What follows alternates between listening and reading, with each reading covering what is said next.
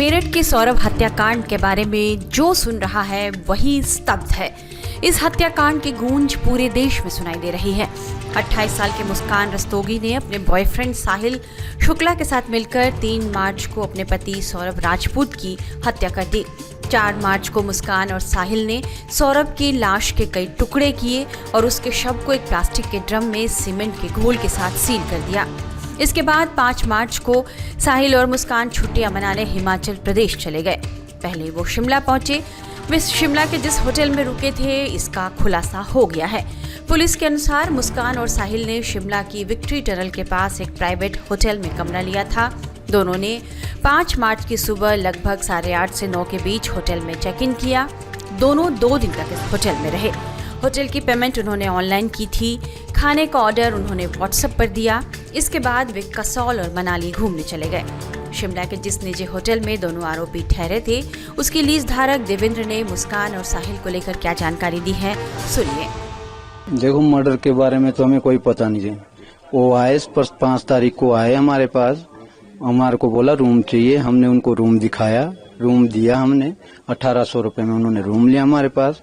2 दिन हमारे पास ठहरे। 3600 रुपए ऑनलाइन पेमेंट भी हमारे पास आई है। मेरठ का एड्रेस है यूपी का।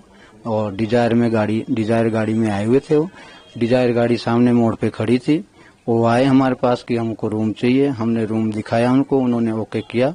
जब ओके रूम हुआ, डिजायर को बुलाया, यहाँ पार्किंग में गाड़ी लगाई हमने और फिर उनका सामान लगेज वगैरह मंगवाया और रूम में छोड़ा और 2 दिन वो हमारे पास रुके रहे। इसके बाद तो कहाँ घूमने का तो 4 साढ़े 4 बजे के बाद वो निकले थे बाहर, और कहाँ गए उसका हमें कोई पता नहीं है। 4 साढ़े 4 बजे गए और जो लड़के से ऑर्डर मंगाते थे वो उस पे व्हाट्सएप पे ही वो मैसेज करके मंगाते थे। तो ये होटल आपने 20 पे लिया हुआ था? हाँ, चला रहे थे हम। इनकी बहू जी की तबीयत थोड़ी ढीली सी रहती तो हम चला रहे थे इसको। तो इसके बीच में आपसे कोई किसी ने संपर्क किया हो कि कहाँ शिमला में ठहरे थे, कौन थे, ऐसा कुछ आपको? नहीं, अभी आज ही हो रहा है संपर्क। जब पता लगा है आज तक अभी तक कोई संपर्क नहीं हुआ हमारे से। वो 2 दिन ठहरे। 7 तारीख को 12 बजे हमारे यहाँ से चेकआउट किया उन्होंने। वो यहाँ से मनाली गए कि कसोल गए, कहाँ गए उसके बारे में हमें पता नहीं है। जब आए वो हमने प्रॉपर उनकी एंट्री की हुई है। आधार कार्ड नंबर लिखा हुआ है नीचे रजिस्टर पे। जब आए वो प्रॉपर एंट्री करके और फिर उन्होंने अराइव फ्रॉम मेरठ से है और प्रोसेसिंग उन्होंने कसोल लिखा है। वो हमारे की कसोल जाएंगे हम आफ्टर शिमला के बाद। तो वो हमने लिखा है बकायदा उनके साइन। मोबाइल नंबर, जो मोबाइल नंबर है यहाँ पे रजिस्टर पे दिया हुआ वही व्हाट्सएप पर नंबर है उसका। तो अभी आपने लीज छोड़ दिया? हाँ जी, हैंड ओवर कर दिया। 9 तारीख के बाद मैंने इनको हैंड ओवर कर दिया। वो आपके पास कौन सी डेट को आए थे? 5 मार्च को। 7 मार्च को चेकआउट हो गए थे। मीडिया रिपोर्ट्स में बताया जा रहा है कि शिमला के जिस होटल में मुस्कान और साहिल रुके थे वो पहले लीज पर थी, लेकिन इस घटना के बाद उस होटल की लीज रद्द कर दी गई है। वहीं मणिकर्ण होटल एसोसिएशन के अध्यक्ष किशन ठाकुर ने कहा है कि पर्यटकों के रजिस्ट्रेशन की सही प्रक्रिया की वजह से ही यह पता चल सका कि मुस्कान और साहिल दोनों आरोपी हिमाचल प्रदेश के अलग अलग होटल्स में ठहरे थे। उत्तर प्रदेश के मेरठ में जो हाई प्रोफाइल मर्डर मिस्ट्री प्रेमी और प्रेमिका द्वारा की गई है, जिनके नाम साहिल और मुस्कान है, जो हिमाचल प्रदेश के मनाली और कसोल में घूमने आए थे। कसोल में ये एक निजी होटल में 11 से लेकर 16 मार्च तक रहे और सुनने में आया है कि इस दौरान होली थी और इन्होंने होली भी यहां पे मनाई। और यहां के निजी होटल में इनकी जो है वो प्रॉपर रजिस्ट्रेशन की गई थी, जिसकी वजह से जो है आइडेंटिफाई हुआ कि ये लोग कसोल के एक निजी होटल में ठहरे थे। जिस तरह से इनकी रजिस्ट्रेशन जो निजी होटल में हुई है,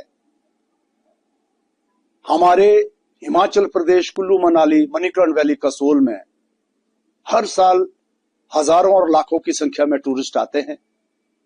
इसलिए जो प्रॉपर रजिस्ट्रेशन हुई है, इसकी वजह से जो है वो जो भी पर्यटक यहां पे आते हैं, जो किसी वारदात को अंजाम देते हैं, इसलिए प्रॉपर रजिस्ट्रेशन होने की वजह से ये लोग पकड़े जाते हैं। इसमें पुलिस को मदद मिलती है, इनके परिवार के लोगों को मदद मिलती है।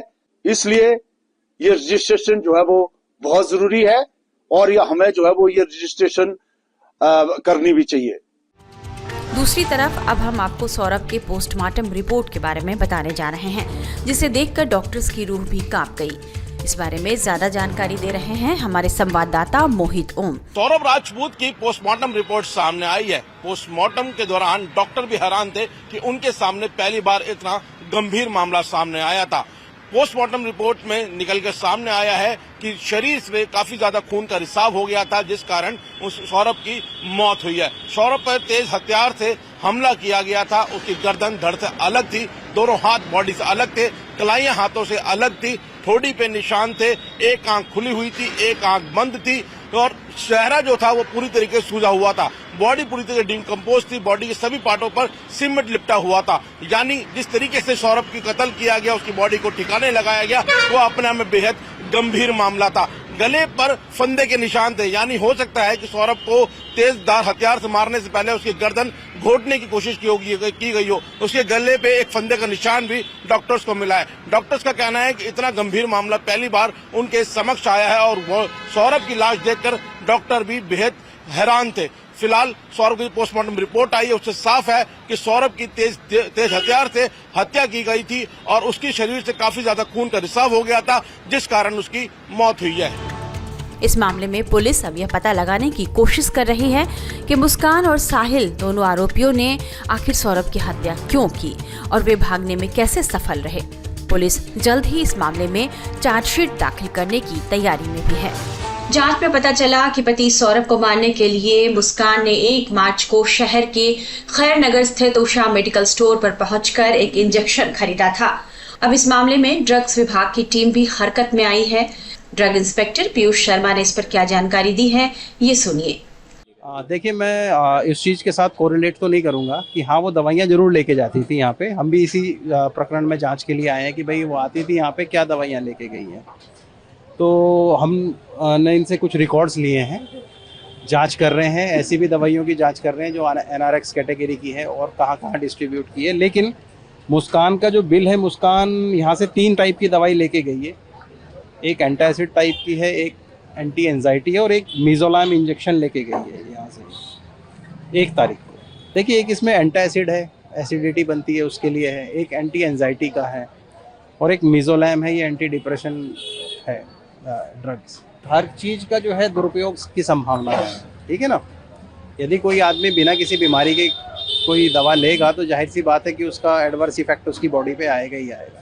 देखिए, इसमें 2 जो दवाइयाँ हैं वो तो टैबलेट फॉर्म में है, एक इंजेक्शन फॉर्म में है। जी, एंटी डिप्रेशन जो दवाई है वो इंजेक्शन फॉर्म। देखिए, ये तो मैं नहीं कहूँगा क्योंकि मैंने ना कभी ऐसा ट्रीटमेंट किया है, मैंने कभी यूज़ किया है, ना मैंने किसी को देखा है इस तरीके से। पर जाहिर सी बात है कि हमारे ऑर्गन्स पे, चूँकि एंटी डिप्रेसेंट है तो हमारे ब्रेन के ऊपर कुछ तो इम्पैक्ट ये डालेगी।